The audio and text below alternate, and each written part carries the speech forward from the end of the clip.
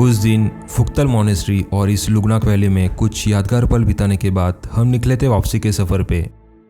तभी हम कुछ आखिरी ड्रोन शॉट्स लेने के बारे में सोचते हैं और ड्रोन उड़ाते हैं। उड़ाने के कुछ देर बाद ही सडनली ड्रोन का रिमोट कंट्रोल से कनेक्शन टूट जाता है और ड्रोन नज़रों से गायब। हमें ऑलमोस्ट 15 से 20 मिनट लगते हैं ये समझने में कि ड्रोन असल में क्रैश हुआ है। क्रैश हुआ भी तो कहाँ, नदी के उस पार। यहाँ पे एक अटपटी सी बात हुई थी। ड्रोन तो मैंने कई बार क्रैश किया है, लेकिन हर बार क्रैश होने के बावजूद ड्रोन से सिग्नल मिलते रहता था। लेकिन आज यहाँ पे तो सीधे सिग्नल लॉस्ट दिख रहा था। इसका मतलब ड्रोन शायद पानी में गिर गया था, नहीं तो क्रैश इम्पैक्ट की वजह से ड्रोन को मेजर डैमेज हुआ था। हम काफ़ी पैनिक सिचुएशन में थे, समझ नहीं आ रहा था कि क्या करें। और उसी पैनिक सिचुएशन में बिना कुछ सोचे समझे मैं नदी पार करने की कोशिश करता हूँ।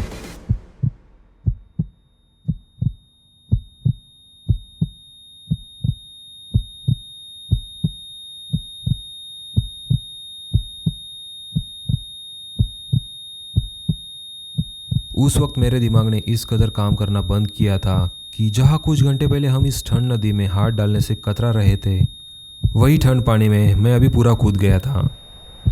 पीछे से विशाल कुछ तो बोल रहा था, वो भी सुनाई नहीं दे रहा था, मानो जैसे मेरे सारे सेंसेस ने काम करना बंद किया हो। नदी और इस उफनते पानी को मैंने काफ़ी हल्के में लेने की गलती की थी। कुछ ही देर में मुझे इस नदी की असली ताकत का अंदाज़ा आ जाता है और मैं थोड़ा होश में आ जाता हूँ। इस उफनती नदी को इस तरह से पार करना मतलब पागलपन था।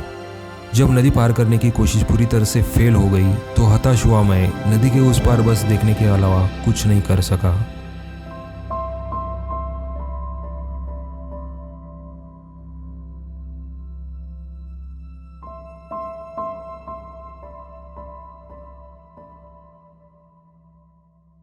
एक बात तो तय थी, ड्रोन को हम किसी भी हालत में रिकवर करने वाले थे। थोड़ा शांत होने के बाद हम लोग एक एक चीज़ को एनालाइज करना शुरू करते हैं।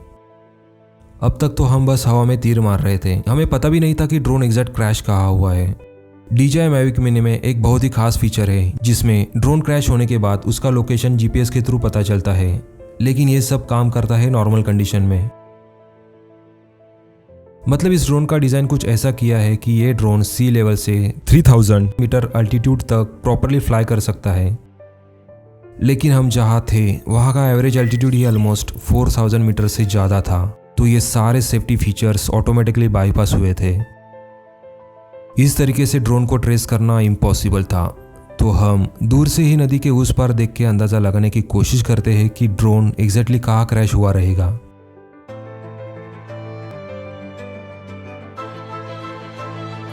रिमोट से कनेक्टेड मोबाइल में क्रैश के पहले की फुटेज देख ली तो लास्ट में ये फ्रेम थी। इस फ्रेम में बस ये दो बड़े पत्थर रेफरेंस के तौर पे दिख रहे थे।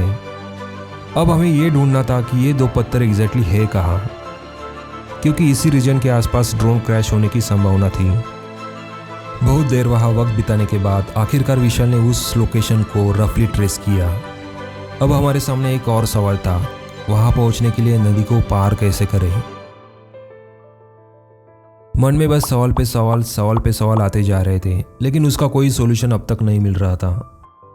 अब जल्दी शाम होने वाली थी, तो फाइनली उस दिन हम रेस्क्यू एक्सपीडिशन को वहीं रोक देते हैं और अपने कैंप साइट लौट जाते हैं।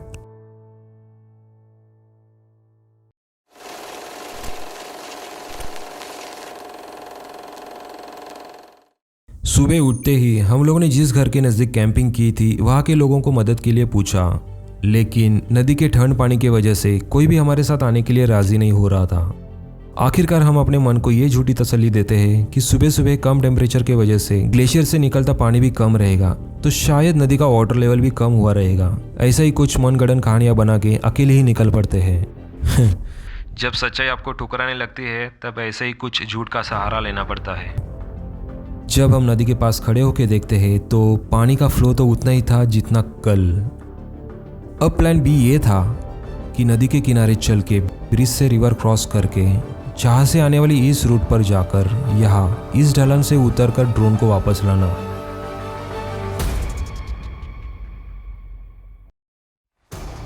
हम जब ब्रिज पे पहुंच जाते हैं तभी सामने एक खच्चर वाला हमें दिखाई देता है। एक आखिरी उम्मीद लगाए हुए हम उनको भी मदद के लिए पूछते हैं। उड़ने वाला मशीन रहता है ना, ड्रोन, वो नदी के वो साइड जाके गिरा है।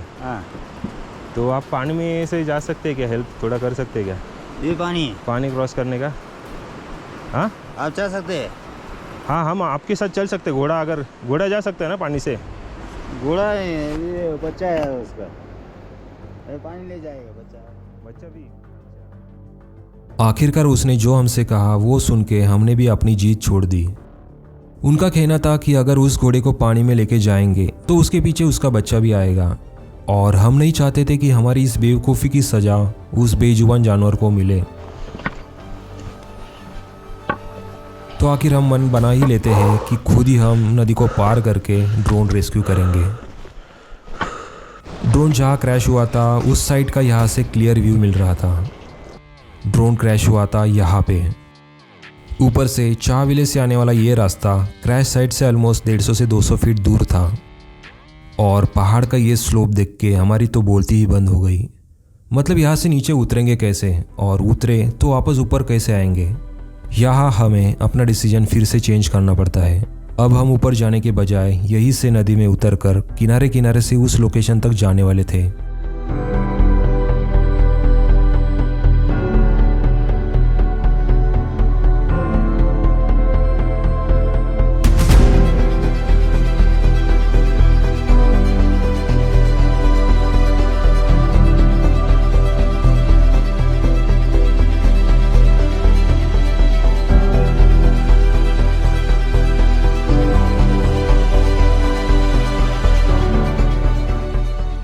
हम तो इस ट्रिप पे निकले थे एडवेंचर की तलाश में लेकिन कभी सोचा नहीं था कि हमारी ये एडवेंचर की भूख हमें यहाँ लाके पटक देगी।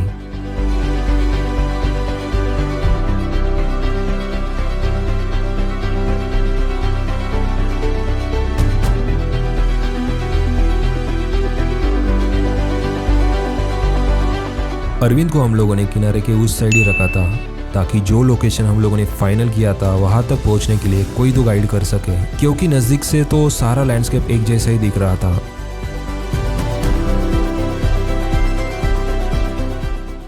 फाइनली हम वो पॉइंट पहुंच जाते हैं जहां ड्रोन क्रैश होने की पॉसिबिलिटीज थी, लेकिन बहुत ढूंढने के बाद भी ड्रोन नीचे कहीं दिखाई नहीं दिया।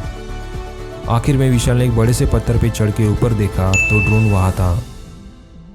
हम लोग तुरंत एक्शन में आए। अब प्लान ये था कि मैं ऊपर जाके ड्रोन को लाने वाला था और विशाल नीचे रह के मुझे गाइड करने वाला था। ये साइड से चढ़ना पड़ेगा, इधर से एकदम लूज सॉइल है। Let's see.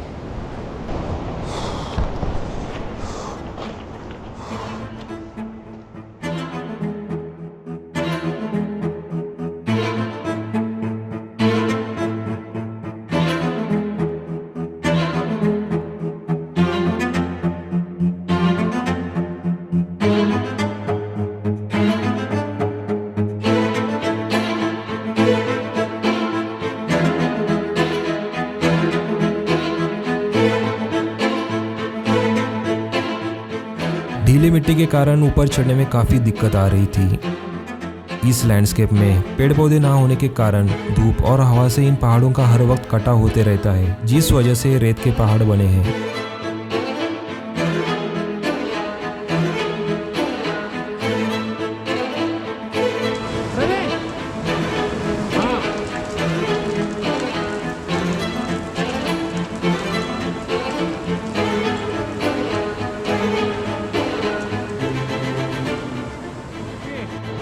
ऊपर चढ़ने में मुश्किल ये थी कि पैर रखने के लिए प्रॉपर फुटहोल्ड नहीं मिल रहे थे। हाथ से एक एक स्टेप बना के आगे चलना था।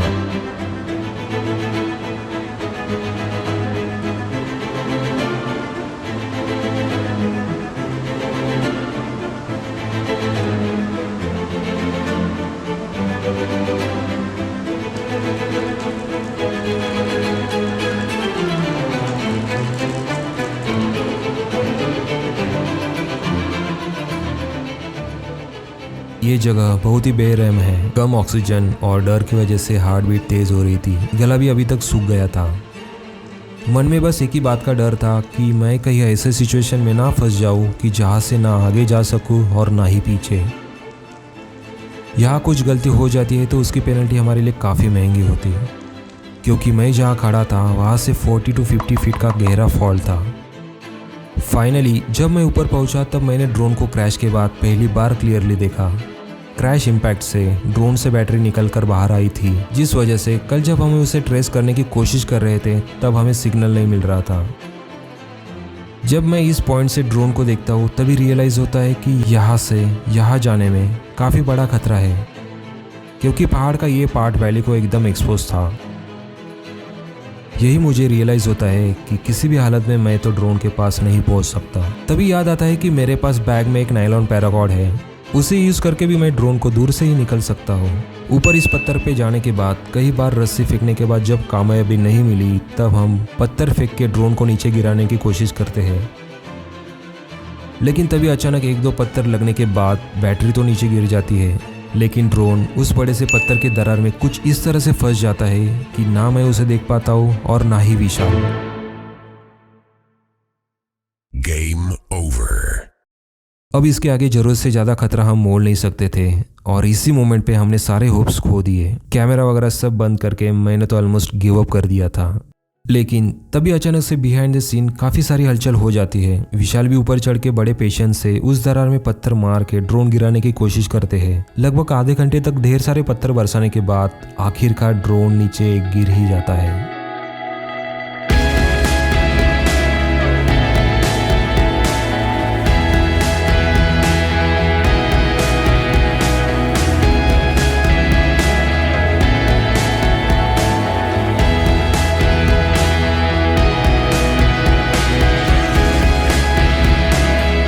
का कुछ ज़्यादा नुकसान नहीं हुआ था, लेकिन हाँ बैटरी नीचे गिरने की वजह से फूट गई थी, जो कि अब इस्तेमाल लायक रही नहीं। कोई बात नहीं, हमारे पास और 2 एक्स्ट्रा बैटरीज थी जिससे हम आगे का शूट करने वाले थे। अब बस यही देखना था कि ड्रोन फिर से उड़ने की हालत में बचा था या नहीं। ऑलमोस्ट 3 से 4 घंटे चले इस रेस्क्यू एक्सपीडिशन के बाद हम वापस अपने कैंप साइट पुरने आते हैं। जबकि प्लानिंग के हिसाब से आज हमारा एक्स्ट्रा दिन बीत गया था, तो बिना वक्त गवाए तुरंत सब सामान पैक करके निकलते हैं अगले सफर पे।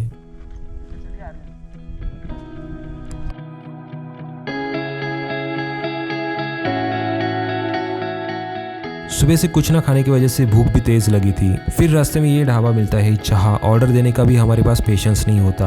ढाबे के किचन में उबले हुए आलू देख के वही खाना शुरू करते हैं। आलू with tomato ketchup, one of the best combination. मतलब हाँ, उस वक्त तो हमें ऐसा ही लगा था क्योंकि भूख ही इतनी लगी थी। बाहर आते ही इन दोस्तों से मुलाकात होती है जो कि एक बड़ी समस्या में फंसे हुए होते हैं। पेट्रोल कम होने की वजह से वो आगे नहीं जा पा रहे थे। हमारे रिजर्व कैन तो अभी फुल थे, तो हम उनको सफिशिएंट पेट्रोल देके वहाँ से निकलते हैं। फिर ढेर सारे ऑफ रोड्स के बाद इस बड़े से प्लेचू पर गुम हो जाने के बाद इन धूल भरे रास्तों से गुजरते हुए ये छोटे छोटे गाँव पार करके कई बार गलत मोड़ लेके ऑलमोस्ट 3 दिन के ऑफ रोडिंग के बाद हमें मिलता है ये smooth, well finished, dark black and well maintained tarmac road.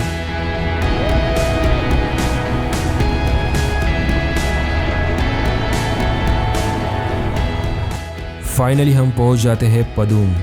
3 दिन तक बिना चार्ज किए camera, mobile, drone, power bank, इन सब की बैटरीज अब जवाब देने लगती है। और जैसे ही हम पदुम पहुंच जाते हैं